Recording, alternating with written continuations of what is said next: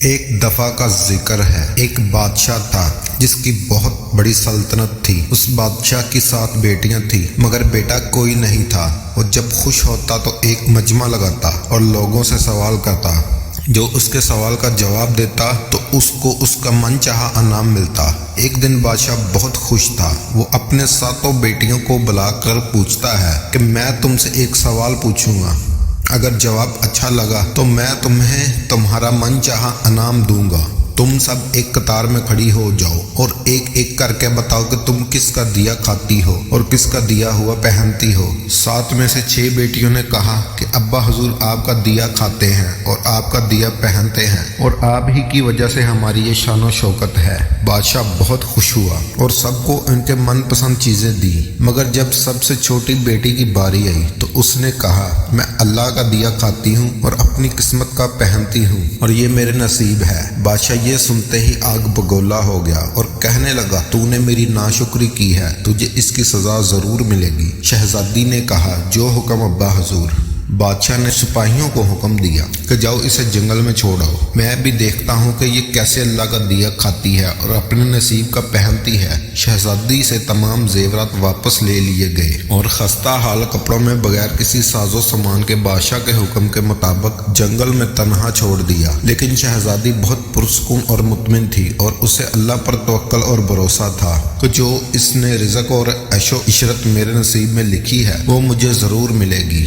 سب سپاہی شہزادی کو چھوڑ کر واپس چلے گئے۔ شہزادی جنگل کو دیکھنے لگی کہ چاروں طرف درخت ہی درخت تھے اور دوپہر سے شام ہونے والی تھی کہ شہزادی نے سوچا کیوں نہ کچھ لکڑیاں جمع کروں تاکہ رات کو آگ جلاؤں، پھر کوئی جانور بھی پاس نہیں آئے گا اور رات بھی گزر جائے گی۔ شہزادی جنگل میں لکڑیاں ڈھونڈنے چل پڑی۔ اس کی نظر ایک جھونپڑی پر پڑی۔ وہاں ایک بکری باندھی تھی اور اندر سے کھانسنے کی آواز آ رہی تھی۔ پہلے تو شہزادی جھونپڑی کو دیکھ کر بہت حیران ہوئی، مگر جب وہ جھونپڑی کے اندر داخل ہوئی تو وہ کیا دیکھتی ہے کہ ایک بڑا شخص ایک چارپائی پر لیٹا ہے اور کھانستے کھانستے پانی پکا رہا ہے اور کھانستے کھانستے پانی پکار رہا ہے۔ شہزادی ادھر ادھر دیکھتی ہے، کونے میں ایک پانی کا مشکیزہ پڑا ہے۔ وہ گلاس میں پانی بھرتی ہے اور بوڑھے ضعیف کو پانی پلاتی ہے اور جھونپڑی کی صاف صفائی کرتی ہے۔ اتنے میں بوڑھا ضعیف شہزادی سے پوچھتا ہے کہ بیٹی تم کون ہو اور اتنے بڑے جنگل میں کیا کر رہی ہو؟ تب شہزادی اسے بتاتی ہے کہ وہ یہاں کیسے پہنچی۔ بوڑھا ضعیف اس سے جھونپڑی میں رہنے کا بولتا ہے اور کہتا ہے کہ میں شہر میں کام کرتا ہوں، صبح شہر چلا جاؤں گا اور 8 دن کے بعد آؤں گا،